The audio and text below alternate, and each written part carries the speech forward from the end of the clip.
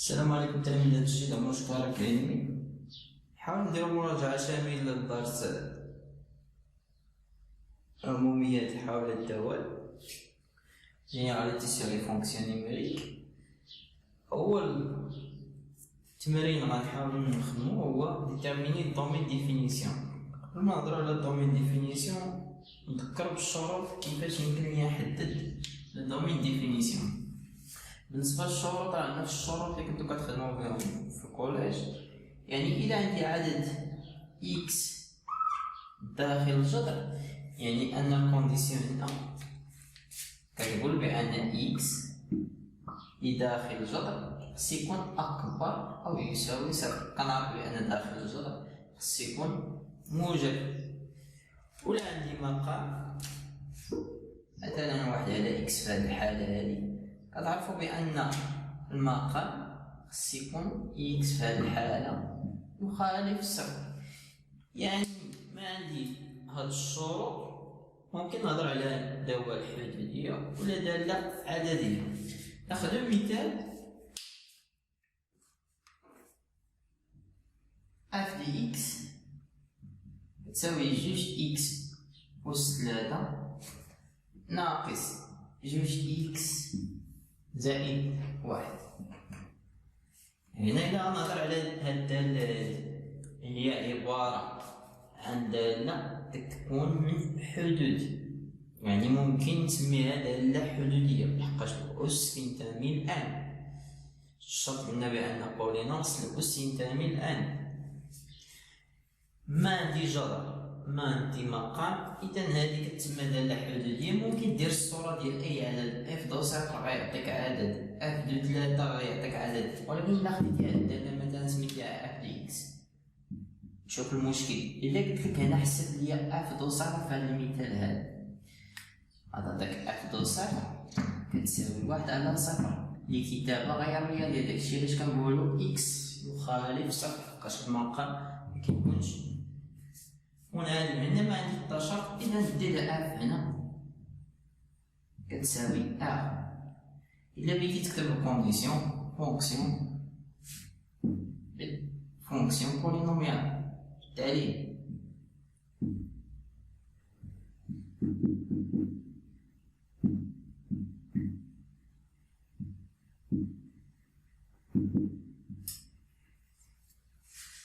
ناخذ المثال آخر. اف دي اكس كتساوي اكس أس 4 زائد جوج اكس أس 3 زائد اكس أس 2 زائد اكس. نفس الشرط كنشوف الشروط واش كاين عندي جذر ولا كسر. ما عندي جذر ما عندي كسر. هاد الدالة حتى هي كتكتب على شكل مجموع حدود. جميع الأعداد الأس اللي عندي في الأس كتنتمي لآن. كنهضر عاوتاني على فونكسيون بولينوميال. إذا ندير اف كتساوي ا، يعني ما عندي حتى شرط في هادو. نفس التعليل فونكسيون، إلا بديت دير تعليل غدير هنا فونكسيون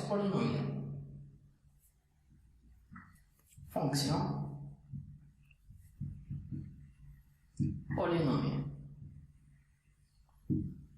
إذا سالينا مع النوع الأول، يعني عبارة عن دول ما كيتحقق فيها الجذر ما كيتحقق فيها الكوسيون المقام. نمشيو للنوع الثاني.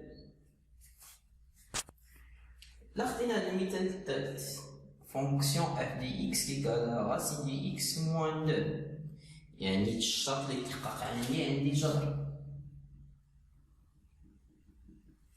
الكونديسيون اللي كنعرفو على الجذر الشرط هو ان داخل داكشي كاع اللي عندي داخل الدالة اللي هي اكس موان دو خص يكون اكبر او يساوي صفر، يعني داخل الجذر اكبر او يساوي صفر. دير اف تساوي اكس عبارة عن عدد بحيث الكونديسيون كنحط الكونديسيون اللي عندي في الدالة. الشرط اللي عندي هو داخل الغسيل يكون بوزيتيف، يعني إكس ناقص جوج أكبر أو يساوي صفر، تكافئ ديما المجهول اللي عندي في الفونكسيون هو إكس في المعادلة المتراجحة.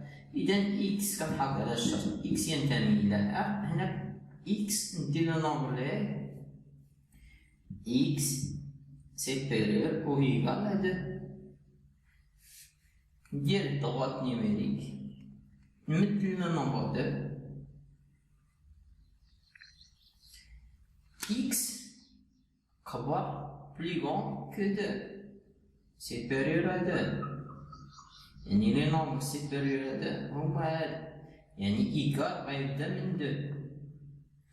دونك دي دو اف في هاد الحالة هادي هي 2 إيكال بليس لانفيني، قلنا لانفيني توجور أوفر، بقات ليا 2 عندي أو إيكال يعني انترفال كامل. إذا ندوزو لإكزومبل 4، عندي لا فونكسيون اف دي إكس إيكال راسين دي إكس أو كاري موان 3 إكس بليس 2. نفس الشرط كنشوف الشرط إنيسيال اللي عندي، واش عندي كسر واش عندي جذر ولا مكاينينش. عندي هنا الغاسين، يعني غاسين ديال واحد ليكسبرسيون اللي هو إكس أو كاري ناقص 3 إكس بليس 2. كتعرفو بأن داخل الانتيريور ديال الغاسين كيكون بوزيتيف. نفس الشرط اللي خدام به هو علاش غنحافظ، غير هنا غيبان لكم معادلة إيكواسيون دوزيام دوغري، معادلة من الدرجة الثانية. كنعرفو بأن المعادلات من الدرجة الثانية باش نوجد الحلول ديالو يكفي أنني نخدم نضرب، ولكن حتى الكونديسيون ديال إكس تعطينا قلنا الشرط داخل الجذر، يعني ليكسبرسيون كلشي داخل الجذر إكس أو كاري موان 3 إكس بليس 2 خص يكون موجب داخل الجذر، كنعرفو بأنه موجب. هنا معادلة من الدرجة الثانية كيطلب مني إمتى غتكون بوزيتيف، يكفي أنني نوجد الحلول ديال هاد المعادلة، يعني ريزولو l'équation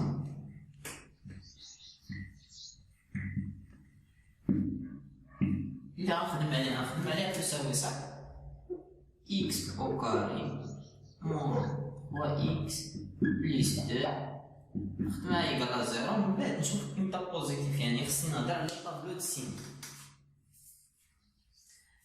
دونك باش نخدم على إيكواسيون دوزيام دوغري دلتا بي أو كاري موان 4 أس.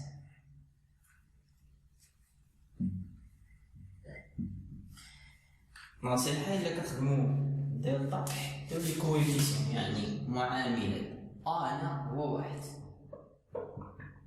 بي موان 3 باش يسهل عليكم في التعويض سي إيكال تبدا بي أو كاري تسود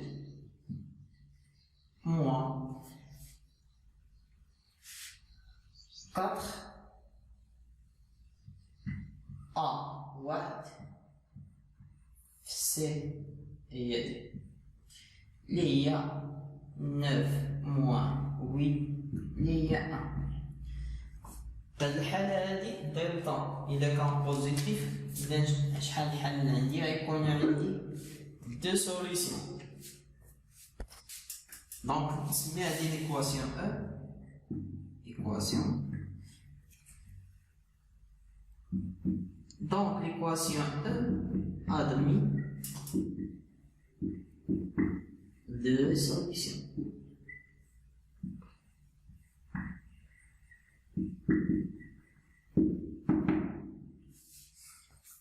X1,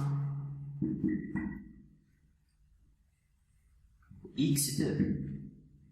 X1 القاعدة هي إيكال موان بي بلس راسين دلتا sur 2 A moins b moins racine delta c'est b عندي هو moins 3 مع الموين يولي 3 بليس دلتا هو 1 إذا راسين ديال 1 هو 1 جوج جوج في 1 هي جوج اللي غتعطيني 4 على جوج إذا 2. السوليسيون الثانية 3 موان راسين دلتا 1 نفس التطبيق على جوج اللي عطاتيكم جوج على جوج هي 1. هنا راه مكنقلبش على الحلول. الهدف ديال هاد المرحلة هادي هو نوصل طابلو د سين، يعني كنهضر امتى بوزيتيف ندير طابلو د سين.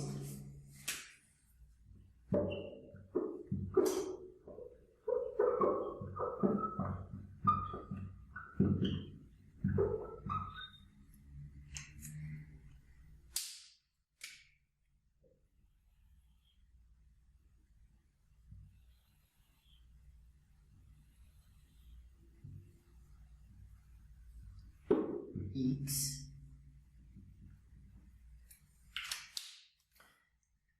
عندي الفاريابل هو x. ليكواسيون اللي كنخدم عليها انيسيال هي x au carré moins 3x plus 2. هادي بولينوميال مفيهاش، هادي كنهضر على هادي عبارة عن دالة حدودية، كنهضر على هادي إلا درت لها الجذر راه شرط آخر. دونك كنحط الحلول تراتبيا 2. نرجعو للدرس ديال زيكواسيون دوزيام دوغري، قلنا داخل الجذرين نخليبو كندير لوبوزي ديال الإشارة ديال إكس أس 2 عدد أ. هنا بوزيتيف هنا يكون نيجاتيف،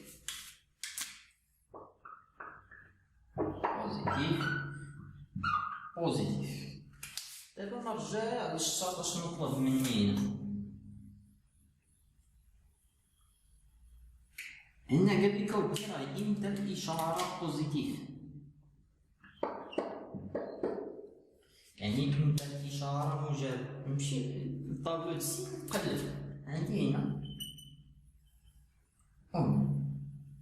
الطابلو او ايكال، يعني ممكن تخلي بها. اذا دي دو هو المجال فاش كاينه الاشاره بوزيتيف.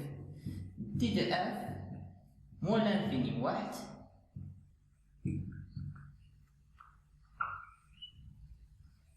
قلنا واحد غيدخل لحقاش و ايكال وكان هنا ستريكتومون غيكون مفتوح، وكاين المجال جوج بليس لانفيني حتى جوج داخله و ايكال. مجموع يعني مجالين كما شفنا في درس لي زانترفال غنجمعوهم باللينيوم، يعني الانترفال الاول لينيوم الانترفال الثاني لا فونكسيون بوزيتيف هنا. اذا دي دو اف يعني لي نومبر، يعني الاعداد اللي عندي الحق نعوض بهم هما الاعداد اللي كيداويو لنا موان لانفيني 1 جوج بليس لانفيني. من بعد ما سالينا مع الكونديسيون ديال الراسين قلنا داخل الراسين الصواب خص يكون بوزيتيف. نمشيو نشوفو الكونديسيون الاخر يقدر يتجمع لي دو كونديسيون في واحد الفونكسيون f دي x égale x au carré plus 1 sur x moins 1. الشرط اللي عندي هنا ما عنديش الراسين، دونك عندي المقام. الكونديسيون اللي كتعرفو على المقام خص يكون ديفيرون زيرو. اذا الشرط الوحيد كونديسيون اللي عندي يونيك هو x moins 1 سوا ديفيرون زيرو. حط الشرط دي دو اف x appartient à R، ولكن الكونديسيون اللي عندي في هاد الفونكسيون كتكون يعني à condition x moins 1 ديفيرون زيرو. قلنا الفاريابل باش كنخدم هو x، قلب على x يعني الاعداد اللي كينتميو ل R اللي عندي الحق نعوض بهم في لا فونكسيون، يعني x هو ديفيرون ندي ان الطرف الاخر يولي هو ان. يعني ممكن نعوض بتو لي نومبر ولكن ما نعوضش في اكس ايكال ان. لا عوضتي بواحد ناقص واحد زيرو يولي عندك زيرو في المقام. كتابة غير رياضية دونك ابتداء ضربات نيميريك قالك خذ تو لي نومبر صوف انك تاخذ اكس ايكال ان، يعني شطب على الواحد، يعني خذ اللي يعجبك هنا ولكن فوت لو نون ان، يعني ما تقربش على الواحد. اذا ابتداء بادي من موان لانفيني وكنسال لسان موان لانفيني غنوقف عند واحد ونكمل من بعد واحد دابخي ان جيسكا لانفيني. ديفيرونت ان يعني ستريكتومون، يعني ما غاديش يساوي ليا ان، يعني انترفال اوفير عند ان. لأن هذا هو الكونديسيوني اللي في لا فونكسيون اللي فيها المقام. كيما قلت لكم راه ممكن نتعامل مع فونكسيون يكونوا مجموعين فيها الغاسي والكوسيون.